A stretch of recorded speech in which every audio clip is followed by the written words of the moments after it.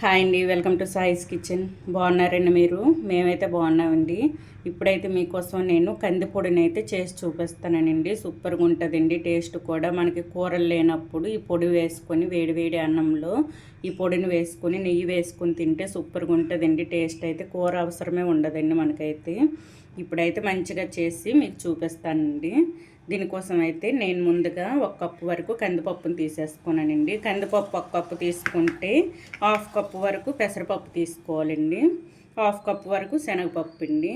ఈ 3 పప్పులతో కూడా నేను కందిపొడిని అయితే చేసి చూపిస్తానండి. ఇప్పుడు దీనికోసం స్టవ్ ఆన్ చేసేసుకొని ఒక ప్యాన్ పెట్టేసుకొని ఈ కందిపప్పుని అయితే ముందుగా ఫ్రై చేసుకోవాలి. ఈ 1 కప్పు కందిపప్పుని మంచిగా ఫ్రై చేసుకోవాలండి. దీని నుంచి మంచిగా స్మెల్ వచ్చేంత వరకు ఫ్రై చేసేసుకోవాలి. ఫ్లేమ్ మీడియంలో ఉంచేసుకొని ఫ్రై చేసుకోవాలండి. మీరు హైలో పెట్టేసుకున్నారంటే పప్పు లోపల వరకు ఉడకదండి. బయటన మాడిపోయి లోపల పప్పు ఉడకదు. టేస్ట్ కూడా మనకి అంత మంచిగా ఉండదండి. మాడి స్మెల్ వస్తుందండి. అందుకోసమని ఫ్లేమ్ మీడియంలో ఉంచేసుకొని లోపల వరకు మంచిగా ఫ్రై అయ్యేంత వరకు ఫ్రై చేసుకోవాలండి. ముందుగా అయితే ఈ కందిపప్పును ఫ్రై చేసుకొని పక్కకు తీసేసుకుందాం. కందిపప్పు అయితే మనకు వేగిపోయిందండి. ఈ విధంగా అయితే వేయించుకోవాలండి. చూసారా, కలర్ మారింది.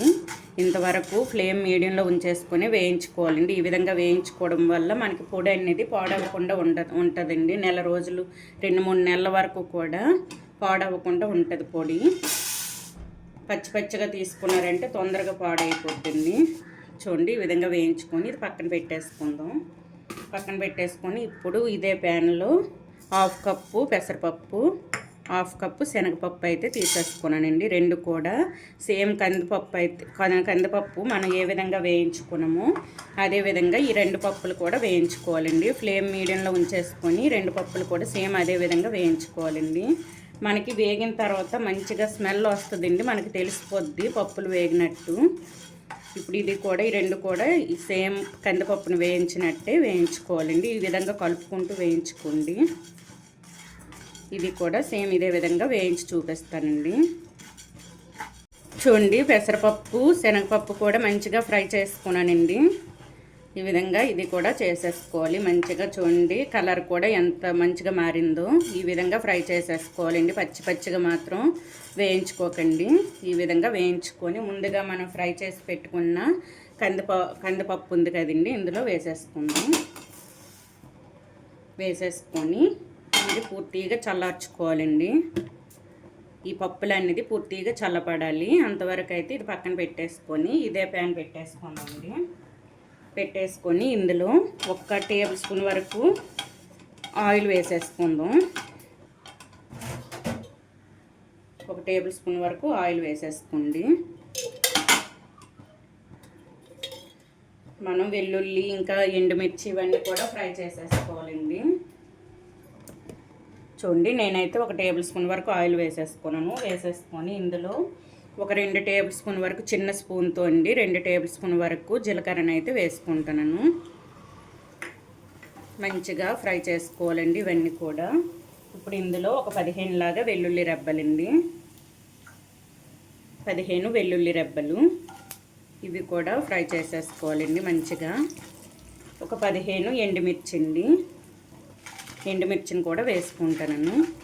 మీరు కారం తినే బట్టి చూసుకొని మిర్చి అయితే వేసేసుకోండి. ఎండుమిర్చిని అయితే నేనైతే ఒక 15 లాగా వేసేసుకున్నానండి. ఎందుకంటే మనం పొడి ఇది అన్నంలో కలిపేసుకుంటాం కదండి, అందుకు కారం ఉంటేనే బాగుంటుందండి. అన్నంకైనా టిఫిన్స్లో పొడిగా అయినా సరే బాగుంటుందండి. ఇది టిఫిన్స్లో అయినా రసంలో అయినా ఇంకా సాంబార్ చేసేటప్పుడైనా పప్పుచారు చేసేటప్పుడైనా దేనికైనా సరే ఈ పొడి అనేది సూపర్గా ఉంటుందండి మనం వేసుకోవడం వల్ల. చూడండి, ఇవన్నీ కూడా మంచిగా ఫ్రై చేసుకోవాలండి కలర్ మారేంత వరకు. ఇందులో కొద్దిగా కరివేపాకు వేసేసుకుందాం.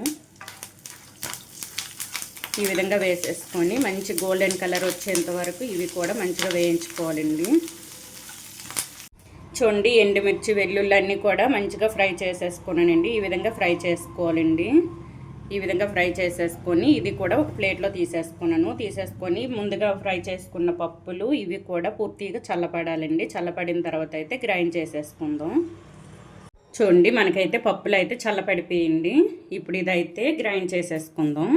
ఒక మిక్సీ జార్ తీసేసుకొని వేసేసుకుందాం అండి. ఈ పప్పులు ఇంకా ఎండుమిర్చి ఇవి కూడా వేయించుకున్నాం కదండి, ఇవి కూడా వేసేసుకుందాం ఇప్పుడే. ఈ విధంగా వేసుకొని మెత్తగా గ్రైండ్ చేసేసుకోవాలండి. బరకగా గ్రైండ్ చేసేసుకున్నా పర్వాలేదండి. ఇది మరీ మెత్తగా అవసరం లేదు, బరకగా చేసేసుకున్నా పర్వాలేదండి. ఇప్పుడు ఇదైతే గ్రైండ్ చేసి చూపిస్తానండి. చూడండి, ఈ విధంగా కొద్దిగా బరకగా మిక్సీ పట్టిన తర్వాత ఇందులో అయితే కొద్దిగా హింగు వేసుకోండి. ఈ పొడిల రెసిపీలో హింగు వేసుకుంటే బాగుంటుందండి. కొద్దిగా హింగు అండి, ఒక 1/2 టేబుల్ స్పూన్ వరకు వేసుకుంటున్నాను. ఇందులోని టేస్ట్కి సరిపడా సాల్ట్ అండి, మనకి పొడికి ఎంత సాల్ట్ సరిపోతుందో అంత సాల్ట్ అయితే వేసేసుకోండి. ఈ విధంగా వేసేసుకొని మొత్తం కూడా మరొకసారి గ్రైండ్ చేసేసుకోవాలండి. బరకగా గ్రైండ్ చేసేసుకోండి.